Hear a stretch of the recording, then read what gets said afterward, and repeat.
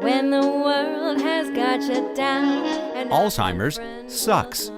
It's an equal opportunity disease that chips away at everything we hold dear. And to date, there's no cure. So until there is, we continue to fight with the most powerful tool in our arsenal, love. This is Love Conquers Alls, a real and really positive podcast that takes a deep dive into everything Alzheimer's, the good, the bad, and everything in between. And now, here are your hosts, Susie Singer-Carter and me, Don Priest. Hello, everybody. I'm Susie Singer-Carter. And I'm Don Priest, and this is Love Conquers Alls.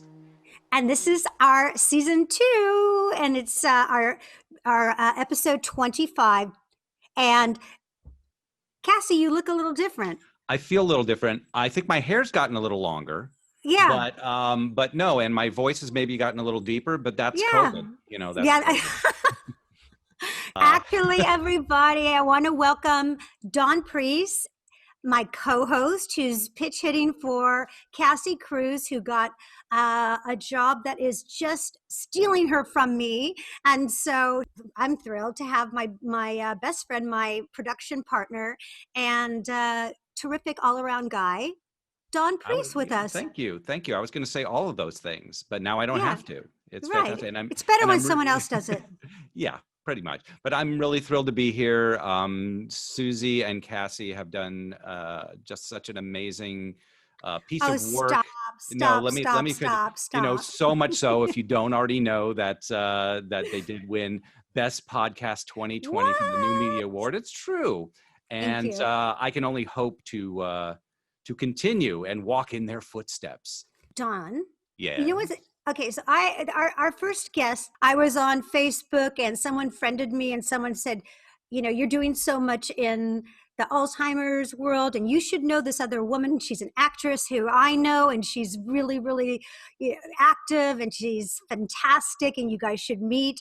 And so I friended her, she friended me. We call each other Alzheimer daughters. She really is phenomenal. And I took this opportunity to get to actually see her. We're still in COVID 8 months later. But anyway, she has done so many guest stars and appeared on so many TV shows like Criminal Minds and Monk and New Girl and Joey and Plain House and Scrubs. And she is the founder and national team captain of Actors and Artists Unite to End Alzheimer's, which is an amazing thing. It's all grassroots and it's national, it's coast to coast, and it is actors and artists who are putting in their time, putting in their passion, putting in sweat equity to bring attention to this movement. And on her great grandmother who passed away of dementia, her grandma who passed away from Alzheimer's, her mother who passed away, her beloved aunt, and her father, her rock, who just passed away 2019, bless his heart. So let's bring her in. Please welcome Nancy Daly. Welcome, Hi. Nancy. Hi, well, good afternoon, everybody. Welcome, happy Sunday. We're doing this on a Sunday. Indeed. Thank you for sharing your time with us and your day with us. No, hon, it's my honor. Listen, and we talked on the phone once, but once we got to know each other, we were writing back and forth to each other saying, we are the daughters of ALZ. Mm-hmm. Because and we'll talk about it at greater length as we get into it.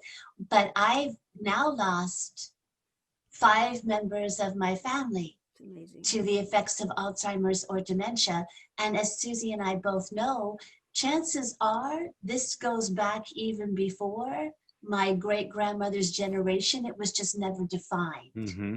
It was never, it was called old age. Yeah, senility or, Exactly, confusion. But now that we're in this world now, we know that it has, now that we're in the 21st century, or back then in the 20th century, it has a name.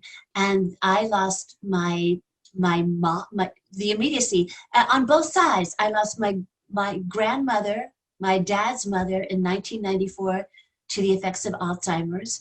I lost my mother to the effects of Alzheimer's in 2012. My aunt, her sister in 2015, and then I just lost my dad to the effects of dementia in 2019. So it's not only my legacy, it's your it's a hereditary. Yeah, it's in your yes, genes. Yeah. exactly. It's a living, thriving promise. Because Suze, we've talked about this, and then I wrote you guys exactly why this is so important to me. Oh wait, here's my dad.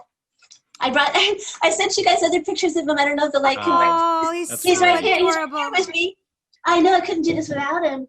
He's But so when my adorable. I love it. that he is, and he's you can't see, but he's wearing a Boston Red Sox t-shirt because my family are Boston Red Sox fans, but they're also my dad's family. My family's from Nebraska, so he has like I have Cornhusker things all over the house, like Go Big Red. But when my dad was in the hospital, and we've been there, you've been there, you have to believe that they can hear what you're saying. You have to believe that they're aware of what you're saying. And I was there for week. He was in the hospital for 6 weeks, and I brought him pictures of our teams. I read my play to him, but the most important thing that I said to him when he was still conscious, I kept saying, Dad, a cure in our lifetime. We're going to find it. A cure in our lifetime. But as he was going, I said, well, now I'm going to be doing this here by myself. So I'm going to work that much harder. I'm going to walk that much further to keep my half of the promise, which is a cure in mind. Right. And I have taken that to the will, to That's my right, soul. too. Since then.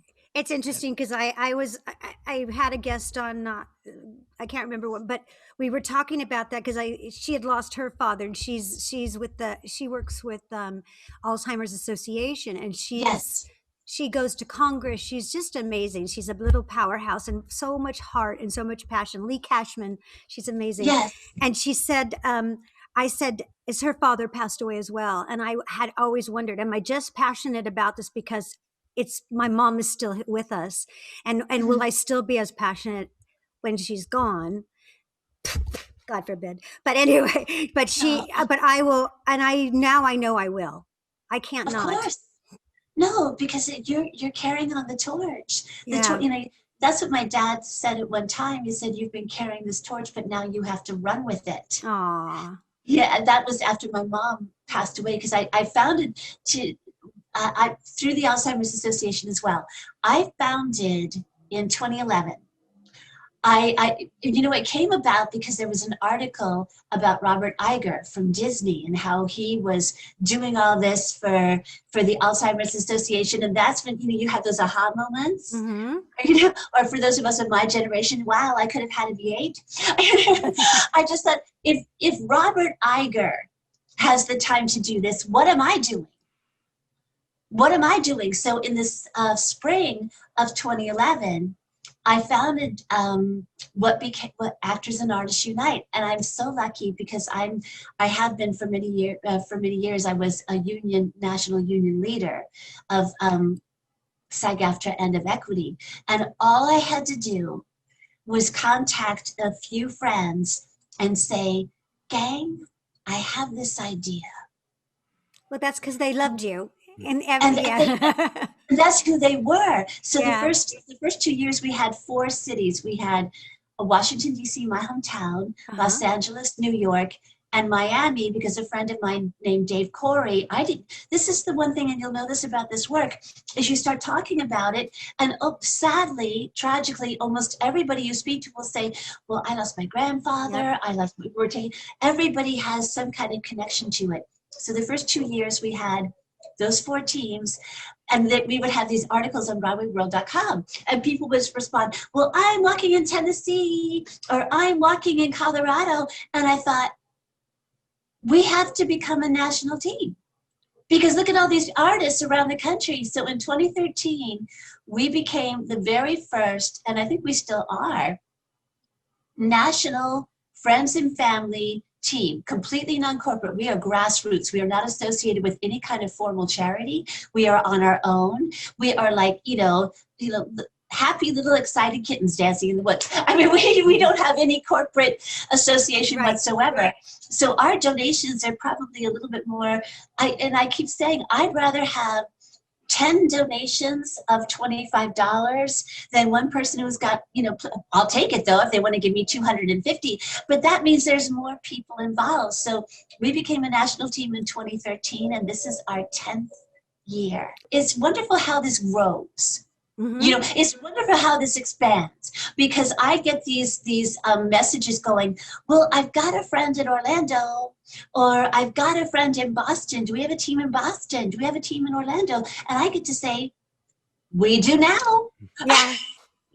We do now. So it's nationwide. It goes up from New England down to Florida, from Spokane, Washington, all the way down to San Diego, to Texas, to North Dakota. We are. It's everywhere. It's 40 states. I think we've only got like a few states. That's the dream. Have a team in every state. That's fantastic. I am on a mission, guys. What's your next goal? What state are you focusing on? Any other new state that you want, or you want them all? We've got 40 so far. So there's like a few that we've had. We've had teams in Alaska. I don't think we've had a team in Hawaii. Come on. You need to have that one. All my Soul Surfer friends I worked with Soul Surfer, come on, start a team there. We need you.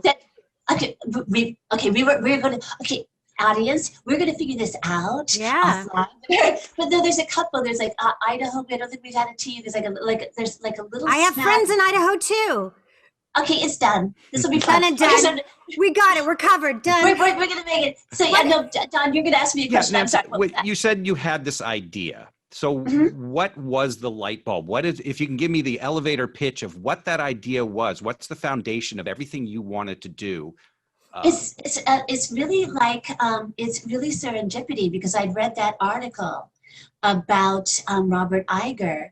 And I'm driving down, I think it was Vine Street of all things in Los Angeles. And all of a sudden I look up and there is a sign for the Walk to End Alzheimer's. It was literally that. And I went, oh my God. Oh my God. So I went home and I went online and I found out all about it. I knew I had to get some support. So I contacted some friends, who are involved in union politics. And I have to say, big shout out to Susie, and I belong to it. Big shout out to now SAG-AFTRA, then Legacy SAG and Legacy AFTRA, because they were like, this is an amazing idea. Right. This is an amazing idea. And they endorsed us. They formally endorsed us. I just want to say in case, someone's listening somewhere and they don't know what SAG-AFTRA is, tell them what it is. Okay, SAG-AFTRA is the entertainment union that represents actors, it represents broadcasters, dancers, an on-air news reporter. They are the ones who represent all recorded content. That means voiceover, that means, your streaming services, your television shows, industrial films, commercials, everything. SAG-AFTRA represents streaming services, all streaming production that is under the jurisdiction of SAG-AFTRA. And I also, because for 12 years, I was a member of the Actors Equity National Council. So lucky me, because the wonderful thing about actors, theater actors, is it's such a family oriented. Yes. Because once you've been doing a show, once you've been doing a show for 2 to 3 months together, you're bound like this. So I just had to contact, a few of my friends who are on the Equity Council, and they're like, of course. So like, I have a question. So what do your teams do? Like what are their activities that they do, and what, on say a monthly, weekly basis, whatever it is? Oh, they're adorable. They're absolutely adorable, because they're all I have so many around the country, and each one approaches it differently. So I have her picture. Okay, shameless plug. This gorgeous lady, if you can see her, this is Kathleen Vestudo, who is on my New York team. And this girl, she's been an actor. She's also an author. And what she does all of her fundraising via social media. But what she does, she's been with us for, I think, about 8 years now, maybe more. What she does is she has a club. You know, the first year club, these are my, my Ruby teams. My second year club, these are my, and she gives them all like a jewel. You're my emeralds, you're my rubies, you're my diamonds, the people who have donated. And what she creates this shawl and writes all their names on the shawl. Oh, how beautiful. And wears it when she walks. Wonderful. That, how lovely, because she literally is bringing them with her on the walk. Now, another shameless plug. I'm sorry, we have to do 3. Please plug. Please. This is Mike Brower. He's also on the New York team. He's been here. He's been with us since the very first walk. Now, Mike is somebody, oh my God, that man. He works on he works as a background artist and a stand-in and often a principal actor on almost every show in New York. And he rallies everybody on the set. And, he actually got some actors from Gotham to walk with us. And I believe it was 2014. He was on that show. I'm like, how do you do this? He just keeps talking. He talked to Victor Garber about us. So he is like the community outreach to all the sets in New York. And actually, it's very funny. After that year, 2014, there were all these pictures in our article on BroadwayWorld.com, and it came out. The very next day, the Alzheimer's Association got all these calls, like, we hear there's an actors team. Why didn't somebody tell us there's an actors team? We want to join the actors team. Broadway actors were like, we want to join the actors team. Nice. And Nick Wyman, who's another longtime member of ours, he was in Network with Bryan Cranston and on Broadway, and he had his own team, Network for Alzheimer's, and they just, I have these incredible people. And Brian's mother passed away from Alzheimer's as well. Well, I think that would explain. One more shameless plug. Do you see this picture? This is Matt Cannon in Washington, D.C. You can see the Washington Monument. Now, this year was when there was a possible government shutdown and they weren't sure they were going to have the Alzheimer's walk. What did this guy do? He just said, okay, I'm doing this for my nanny. I don't care. And he started his fundraising. He raised like $1,500 in, I'm not kidding you, 3 days. He did his own walk on the Washington Mall. He didn't care. He's like, I'm doing it anyway. And he did his own lap. They ended up having a walk, so we did it twice. But that's what they do. They reach out, they build communities of support. And because I always tell people, you never know who is the one person that needs to hear that there's a community of support for those of us who have lost or caring for someone that we love to this. So you always reach out. You never know who's going to be the one person who says, can I join you? Mm-hmm. And of course, yes. That's the reason for doing this podcast. It's the reason for, because that's probably the hardest part of being a caregiver is feeling alone and feeling, when and not having enough information and feeling, because, for a long time, there's been so much stigma about this disease. I had it. I used to shield my mom because I thought she was embarrassed. I felt like I wanted to shield her. Yeah, it's horrible. Last Easter of 2019, I flew across the country because I wanted, my dad at that point wasn't able to drive. So he hadn't been to church for Easter in a while. Mm-hmm. So, oh my gosh, it was like the visiting hero returns, because my dad belongs to St. Francis Church of Potomac, Maryland. And like everybody, at that time, he was in a wheelchair, and he had a walker. Everybody came over to help, make sure he got to his chair, make sure that he got communion. And one or two people would come up to him and say, "What's my name?" My heart broke because, of course, he didn't know. No. And he was very sweet about it. He said, "I don't remember your name, but I know you're lovely and you're a friend of mine." Mm-hmm. Yes. Aww. Which is the most important thing. My mother was a singer, so it was someone she would say to them, they say, "Do you know who I am?" And my mom would say, "You are so beautiful," to me.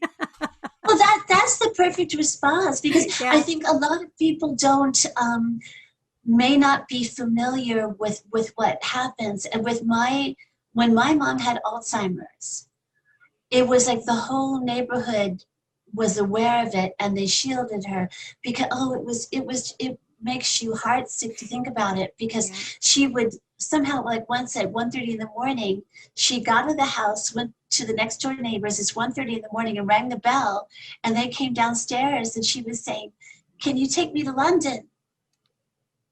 I have to go to London." Yeah. And fortunately, because they knew, they were able to guide her back to my dad's house. By that point, my dad realized she was gone, and and make sure that she got back safely. But it's you hear these stories, and it does happen. She would run out of the house and start screaming, "There's a stranger in the house! There's a stranger in the house! Call the police! Call the police!"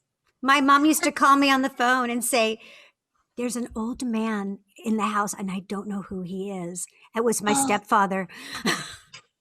It's very sad, because the police have to come, and then because there's a possible threat, and there's my dad trying to explain, "No, I'm her husband," and I think there needs to be, and I think there finally is going to be, better training of awareness for first responders when they come meet somebody who has that situation. If a family member's there, they're able to interpret and translate. But it's a very specific kind of it's training. It's something I've been an activist for that. In my short film, I have a scene like that where, because my mother, it happened several times with with her caregiver, where she'd be saying this, "I don't know this woman. I think she's trying to kidnap me." And the cops they didn't know. And our caregiver had to, be very quick on the spot and come up with something that she could show them before they were going to arrest her. I'm not kidding you. And, and so I show it in my film where she goes, hold on, let me show you. And she gives them the picture of her and my mother together, like from the past. And then they go, gotcha. Okay. What's really lovely about cell phones now is a lot of them, you can have medical alerts connected through your cell phone. You can write the Alzheimer's patient's history and note that, like, by the way, they have Alzheimer's. I believe I'm right. I don't know all the details, but I believe a lot of the phone companies now recognize that they have to, for sometimes people, if they don't have a medical alert, if they don't have a bracelet, which I know the Alzheimer's Association does have those identifying things, anything can happen. Anything can happen. And so that was the hardest part of my dad was when he would have to sit down with her and go through their wedding album and say, "Look, that's me, that's you, and I'm your husband." Right.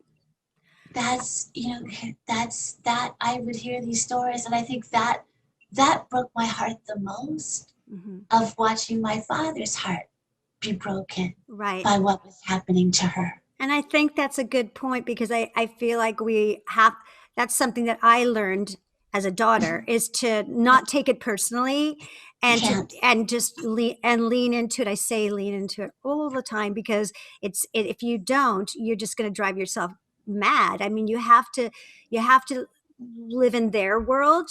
Yes, and you have to trust that inside they know who you are. They can't say the word, they can't remember it. It goes in, goes out, in, out. And so it's just frustrating. And these are things that people learn, that caregivers learn as they're caring for their loved ones. You don't get into an argument. You don't contradict them, because then oftentimes, I remember from my mom in the last bit of time, I could tell that as she was talking, and the power of speech begins to disintegrate with Alzheimer's especially, is that she was living in a different time frame. She was talking about things that happened when she was like a teenager. So my job as her daughter was to listen and be supportive and be positive, because they can go into a very, very dark memory, a very dark place.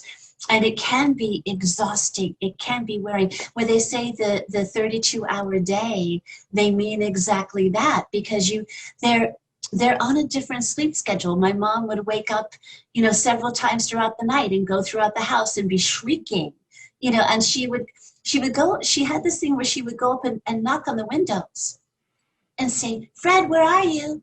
Fred, where are you?" And the answer was always the same. Mm-hmm. Yeah. "I'm right here." Right. And he always said, Yeah, and it evolves, it changes, the behavior cycles change constantly. I remember when Susie's mom Norma was in a stage where she was on a 10-second loop, where she would say something to you. Thank God most of the time it was, "Oh, I love you so much," and then and "I love you too," and then 7-8 seconds would pass and she'd turn and say, "Oh, I love you so much," and it would be the same, and that would go over and over and over again. that's the pattern. Yeah, adjust, but then you have to adjust to those changes, because those patterns change constantly, and you have to be so in tune with what's going on with them and adjust accordingly. And it's hard when you've never done it before. You don't It's know. very fluid. It's like one of the nurses said something to me. Actually, I learn something new about it all the time, and I've been dealing with it for over a decade. But, I went to see my mom after 8 months of not seeing her during COVID, and Yes. I had to wear a mask, and she has to wear a mask, and we're 10 feet apart, right? And Oh, she doesn't really, it's so disconcerting, and there's no connection. It's hard enough to connect even on a Zoom call with someone with Alzheimer's, advanced Alzheimer's. right. And so I started to cry because it was so frustrating. And the nurse came over and she said, you do know that it's fluid. This is a Yeah. fluid disease. And you have to remember that, because for that moment, maybe she didn't know who I was, but she will the next time. Exactly. And it is very fluid. That's why, again, like in my movie where my mom is having one of those attacks in the middle of the night and accusing me of stealing her baby, and you're a horrible person, and then finally looks at me and goes, "Hold on, you're my baby." Yes. It's I think, we use the title The Daughters of ALZ because that's what you and I are. But I think it's almost like it's in alignment with my having founded the team, because it becomes that sense of service and duty becomes your honor. Right. And it is the last gift that you can give to your loved one, in my case, my mom, and most recently, my dad, that you are gonna withstand whatever cyclones happen. You're gonna withstand your own. Your job is to keep your hands like this, and go cry in the car. Yep. Yeah, you can get to the car and you can cry there. But while I'm here, while I'm with you, I'm gonna grit my teeth and bear it, and I'm gonna just always, because you never know, sadly, what's gonna be the last memory. In my phone, I have the last phone call from my dad. That was May 31st of 2019, which was his birthday. That was the last time he called me. Mm. And I will never get rid of it. No, why would Because- you? Yeah. That was the last time my dad went into the hospital on June 1st and stayed until he died July 12th. Mm. So every time I saw him, and I think now that I look back on it, the nurses and the doctors, they didn't know what they were dealing with. They didn't know me, because in his last few days, and he'd been just barely in and out in the last bit of time, in the last 2 days, all of a sudden he did this and his eyes opened up and he focused on me. And they were trying to say, "Oh, well, that's just reflex. That was just reflex." And right in front of them, I turned to him and I said, "Now you listen to me. They are trying to tell me that this is just reflex, but I know better. I'm your daughter. And I know that's you. You're still in there." Mm-hmm. And they all just stepped back, because there's nothing, you're not going to argue with a daughter who knows her own father. Mm-hmm. Yeah. I hear you, sister. It's so true. Yeah. I mean, when my father passed, he had dementia, although they listed on the birth certificate Alzheimer's. We weren't, because we never You mean really the death were certificate. in that word. Yeah, on the death certificate. I'm sorry. Yeah. Yeah.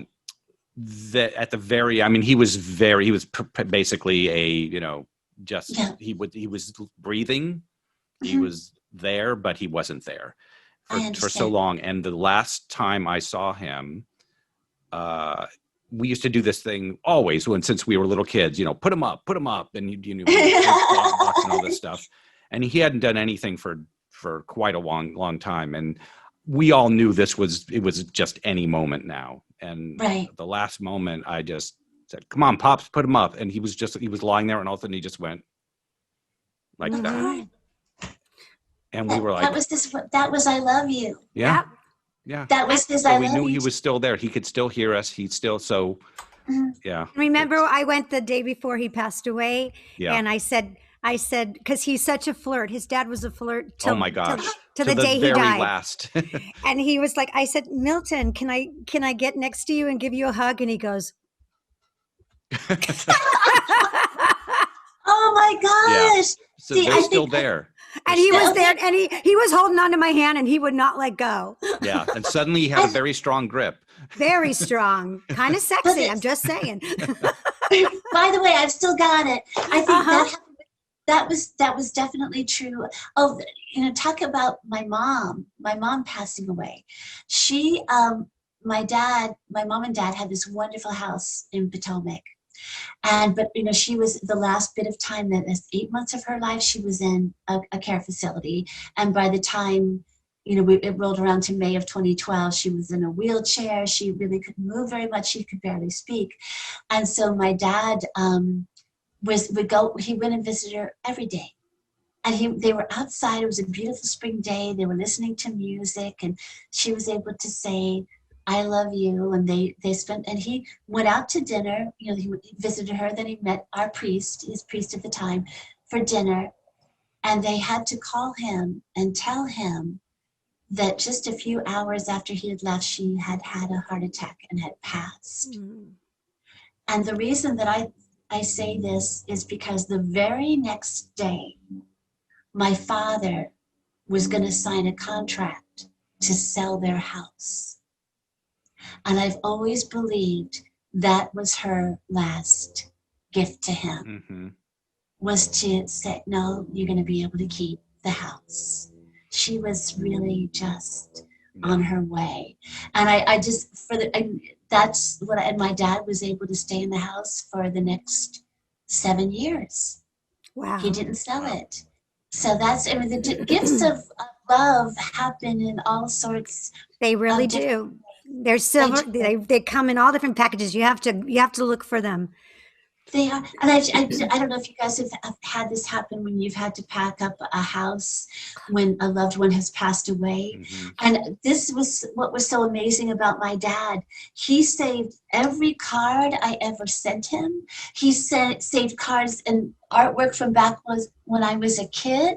And I was like, Dad, you loved me even more than I realized. Yeah. He had them all. And that every single card, because my dad and I love to send each other cards. That was our thing. We would send each other birthday cards and Easter cards and Christmas cards. We loved to, of course, one was never enough. I always sent him 2 or 3. Yeah. Wait, no, this one's better. Like, why not? But he saved every single one I had sent. Aww. And that was just this legacy of like, oh my gosh, that's my dad. You know what I did when my mom is still alive, but because my mom was very big on cards. Like she loved to get a code card, and you better send it a week in advance. None of this handing it to me. Kind of, she wanted it in the mail. It's late if it's not there. Through the mail. Yeah, So it's late if it's not there 7 days before. I would like get nervous, like, oh, my mom's gonna kill me if it's not in the mail. So she'd always sign her cards, always and ever, your mom. And so I had it tattooed on my wrist. Yeah. How beautiful. And that's her handwriting from a card. Yeah. I had it. God. Yeah. So the artist took her actual and made like a Like the signature. Yeah. So whenever I look at it, and then it's there, and that's her handwriting, and I love it. She's literally always with you in every kind of a way. It's very special to me. Yeah. And Those Go are the ahead. gifts. I mean, you do have to find, whatever, the light in all this darkness. And those are the little things that, you think, how can there be light in all this? It's all horrible, but it's not. And I think you find parts of relationships that you may never have known exist if this wasn't here. You Right. would, Exactly. I think you connect in a different way, but you're connecting in maybe a deeper way because you Yeah. have to. You can't just say, hey, I love you, and wait for them to say, hey, I love you, because it's much more than that. And I think we It's find those gifts there. it's nonverbal. It becomes much more like, like a baby, in terms of, like, you can tell, when, if you've had a child, or if you've been around children, babies in particular who aren't verbal yet, you you watch their signs and their cues, and it's all, you can tell when they're loving you. You can tell when they're in distress. You can tell when they're not feeling good. You just have to tune into them, and that's how you communicate. And so, those are the tools you take in with someone who's lost their ability to articulate with dementia. I have a question, because I keep thinking about it, because personally, if I, and Don will attest to this, because we work together, so he knows me very, very well. If I can't think of a word in a sentence, I literally freak out and think I have Alzheimer's, because I'm so afraid to get it. And Well, you have had it in your, and my mom is the only one that I know of in our family that had it. My father died young, in his 40s, so we don't know if it would have developed, but nobody on his side that we know of had it. And I think of you with all, on both sides. Does it scare you? What do you do with that information? Because I'm sure other people are out there that have it in the genetic pool. I think that, it's helpful that I am a national team captain of the Alzheimer's Association, because every single month we have a national team coordinators meeting, and we get the first glimpse of a lot of research that's being done about what are the causes, how does this, how does it form, what is that, what are the traits that lead to it, and genetics is part of it. Mm-hmm. There's also lifestyle, there's also, there's different components, there's pollution, there's Sure. things, community area. But I there is I have to be blunt, there is a potential ticking bomb in my own head, and I know that. Mm-hmm. And so my job, anytime I have that moment of confusion, anytime that I have that moment of, okay, I just basically, I'm a soldier's daughter. And I basically do, oh, don't you dare do this to me now. Not until we have a cure. I have a promise to keep. Don't you, I won't use the correct language, dare. Go for it. And I think also you should really be afraid of me. Because I would love be like, that. oh, you I love dare. that. That's what my team members But say. I They love should- that, because if there is no cure, and there is a power to your frame of mind, we know that. We know that with cancer patients. We know that, it's like Valerie Harper, who was in my film. She was given a death sentence, 9 years before she passed away. And they told her she was going to live 3 months at tops. And she was like, I don't think so. I don't know. I got things to They do. didn't know her. We do. Yeah. I mean, she was literally like, no, I don't go now. That's not my time. That's not my time. And do you know that when she did that year, she said to me, because I worked with her the year before, the year she died. I mean, she said, I'm ready. She said, I don't tell my husband, because he, of course. But she felt like she had buttoned everything up. And she was, and she knew it. And she was so cute. Remember, Donna, we went to her house, and I said, they had moved to a new place, and she had all her Emmys. We were taking a photo. They were all there, and they hadn't been unpacked. They were still in bubble wrap. I said, Val, you have to unpack your Emmys. These are amazing. And she goes, oh, do you want one? I could take one. Once you have like a dozen, who's going to miss one? I think you can have them. You'll get your own, but you can have one of mine for now. I think to talk about this for a second, sweetheart, you're absolutely right. As of yet, we don't have a treatment for it. We do not have a cure for Alzheimer's. But you know what? I actually said this to David Hyde Pierce in 2015 because I met him at the New York walk. I was in New York for that walk. And I said, you know what? We may solve this on the back end. If we get the information out there about the changes that people can make in their lifestyle to increase their activity, to lower the sugar intake that they're having, to make sure that they challenge their minds. You read, you do puzzles, you do this, you do that. You learn new things. Learn new things. I do it you all the time. challenge yourself. Exactly. And especially physical activity. The more you can work to make your body, your mindset, your point of view as healthy and positive as you can. It's not a guarantee that Alzheimer's is not going to happen. It's not a guarantee that dementia is not going to happen. But you know, if you can hold it off for a period of time, if you can be in a better physical and mental state, then that, you know, if we have a healthier world out there, then please, you know, if we solve it by everybody making these changes, well, solve it, that's a little bit naive of me. If we sort of hold it in its stop it in its tracks, hold it at bay. Yeah. You know, I do like you. I think about, you know, am I a ticking time bomb? I don't know, but I am so active, you know, when not during COVID, I mean, I learned hip hop and competed, you know, and never, I think this white chick from the Valley is doing hip hop, and my crew won, you know, and yeah. And I just had a grandbaby this year. So I know, she's an angel. So I've learned piano, you know, and I just keep teaching myself new things. I've learned how to edit now. My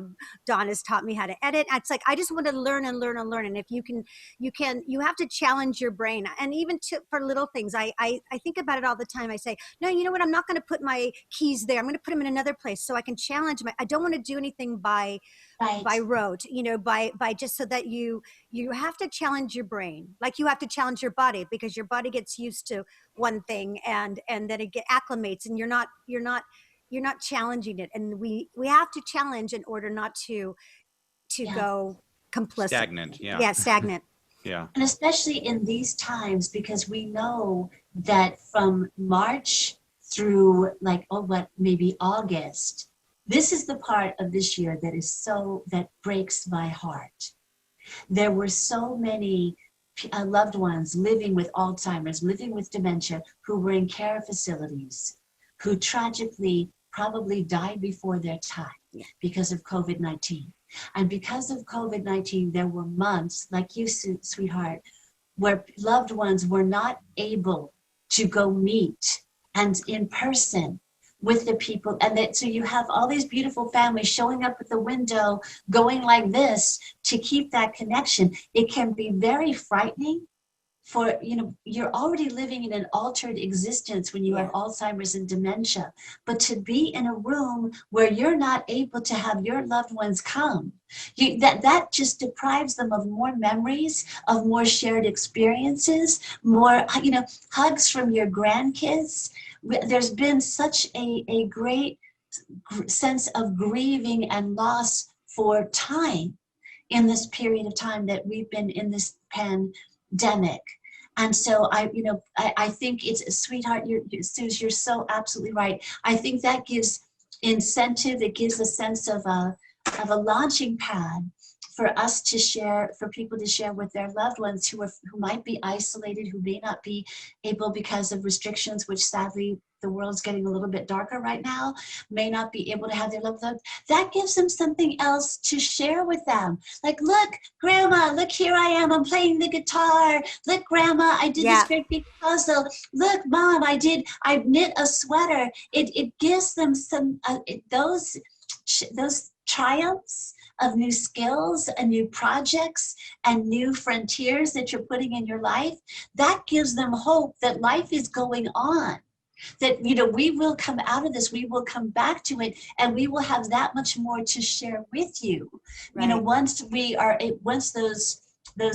veil of separation is no longer in existence. So I think it's something that we do for ourselves, yes, to keep our minds active, but it's also a gift of continuance that families everywhere can give to their loved ones who might be. And sometimes these are not only people who are in care facilities. I have these wonderful friends of my parents who are neighbors back where my parents are from. They're in their 80s. And so no one has been able to come into their house because, you know, they've got health concerns. Sure. So their granddaughter and everybody comes and they like do this wave on the parking, you know, on the driveway, because we're in a world now where everybody has to be cautious. Yep. You guys reminded me of a wonderful story. I have to share. Say to us. I have to say, talking about things, you know, legacies of our parents. I don't think I'm allowed to say the actual film because it opens in 2021. So when this comes out, we can add like a postscript. I did a self-tape for this movie, and they had given everybody the same script because they were casting a bunch of different characters. And I thought, well, I don't know what they're looking for. I'll just be me. Thank you. One of the smartest decisions I've made of my life. And so they said, oh, we'd like you to come in and read. And I'm like, because these are very well-known, acclaimed people. And I walk in there and my future leading lady, who I wish I could say, I don't want to get in trouble, was like, I'm going to read with you. This is me. I'm going to read with you. And what had happened in the waiting room, my dad was in the Navy, as I told you. I carry his medals with me. And something just sparked in me to just hold them before I went in the room. And just doing that just brought me, it was this sense of grounding. Calm. Yeah. Exactly. It was a sense of just focus and calm. Because, you know, if you're going to be a military person, you focus on the job that you're going to do. You do your job. And that was my mindset. So I did the audition, and 2 hours later, I'm in Staples of all places. I should buy stock there now. I was in Staples when they called to tell me that I had booked it. Wow. And so I can't scream because I'm in Staples, but as soon as I hung up the phone, I looked up and I just went, Dad, I did it. Aww. I got it. And in my head, I heard him say, I knew you would, sweetie. Aww. Yeah. I know. So it's just That's I carry his beautiful. medals with me. Yeah. Okay. Once again, here is Dad. Thank you, Dad. So, Okay, so before we have to wrap up, can you believe it's almost it's an hour? We talked. It's so fast. no. Yeah. Oh yeah. You're yeah. kidding. I'm not like even 20 kidding you. I know. That where does the time go when you're having a good time? Okay, you have to bring me back because there's Of so much course. else that we could say. Oh, we Look have at me. part 2. Oh my God, shameless plug. I just demanded that they ask that they bring me back. Well, Okay. that's how you get ahead in this world. Hello. Before we go, what can people do to help actors and artists? Anything? What kind of plug? What do you want to do? Ask for help. Ask now, and you shall receive. Okay, what I would say is this. We are a national team. Anybody can join us in any city, in any state, in this country. Okay. And so if you can find me, I am on social media. I'm on Instagram. I'm on Twitter. I'm on Facebook. The team is on Twitter. The team is on Facebook. It's probably better just to get in touch with me directly. And just say, I want to start a team. Great. I want to start a team. I live in Oklahoma. I live in North Dakota. I live here. Anywhere. Everyone is welcome. All are welcome. And it's my job to step up and say, how can I help you? What can I do? You got it. Right. And if you want to do something and you're in Oklahoma and you don't know what to do, Nancy can give you ideas, I'm sure. I mean, I know from my own experience that, music and entertainment is so key for people that are living in assisted living because they can't choose it. They get what they get. And my daughter, we all sing, and my mom was a singer. And so when we go, we sing, and it doesn't literally it's as if the Beatles came every time we go. They're like, the girls are here. They're going to sing. Everybody gathers around. And, and it's like, so if you can record me, if you do a little show and you send it out to whatever, something that would be uplifting and entertaining and fun, telling you it goes a long way, right? It does, because music is the last thing that leaves the brain. It is. And what I would also say as well, because I get these calls all the time, once you guys are part of my team, guys, this is my job. This is what I do. I had a team in San Diego, and her mother had just been diagnosed, and she was overwhelmed. Like, what do I do this? What do I do this? I said, just tell me what's happening. Where are you? This is my job. I contact the local Alzheimer's Association chapter. I brief them of what's going on. I say, I'm worried about, her traveling. I'm worried about her. And so I'm the conduit. This is what I do. I will connect you to the local office. I will let them know what's going on. I'll let them say, because I know it off the top of my head, I think they need this program. I think they need this. I need that. They will get in touch with you. I'm your bridge. Aw, that's wonderful. That's really nice of you, because I just had somebody, a writer colleague of mine. Her mom has been so healthy and so great. She's 102, and she had a fall last week, and now it's like it that always happens. It begins to be a slippery slope after that. It accelerates it, yes. And so she's feeling so, and she wrote me in the middle of the night last night and said she's not recognizing my husband, and it's really, really disturbing. And I said, call me tomorrow. Yes. We'll talk, because it can happen that quickly, where it just starts. An injury. Yes, an injury will accelerate it. A life change will accelerate it. Mm-hmm. Anything can just, as you said, is fluid. It can go in waves. There can be periods of calm, and then there can be periods of, oh my gosh, I'm witnessing madness. This is frightening. But that's why we are the daughters of ALZ. We really are. Nancy, thank you so much. This went so quickly. I can't even believe it. Like, sometimes I'm thinking, what am I going to say? I hope I ask enough things. Oh my God, we definitely have to do a follow-up with this, and keep, we'll be in touch. We're on social together. And, listen, if you guys out there want to do, start, if you're an actor or you're a writer, a performer, whatever it is, you're a composer, and somebody, or you want to get involved with something that is outside of yourself, do it. I can't tell you, being an activist for something is the greatest gift for yourself. It really is. And I would add, even though our team is called Actors and Artists Unite, we always say, all are welcome. Mm-hmm. Good. I have a lot of teams where it was the one who is passed, or the one who's in a facility who was an artist. And I'm like, we have a team called Echoes of Echo in Omaha, Nebraska. Aww. And her mother was an artist. And one other thing I would say, because I want to leave everybody with a sense of purpose. Okay. The motto of our team is, when actors and artists unite, the world can shift. And it will. It definitely will. Thank you so much. It's already shifting. It's already shifting. It's already shifting. Look at what we've accomplished today. Yeah. Totally. We shifted it up just by this meeting here today. Absolutely. It's a lot of great energy. And it takes a tribe. Nancy, thank you so much. Donald, you did a great job. Thank you so much. You did. Yes, for my first time. Thank you, Nancy Daly of Actors and Artists Unite. And everybody out there, thank you for sticking with us and subscribing and supporting us. And remember, we're everywhere, and we really if you show us your love, we'll be so honored. And spread the word, because we really want to help everybody, and it really is. It's our mission. It's a labor of love.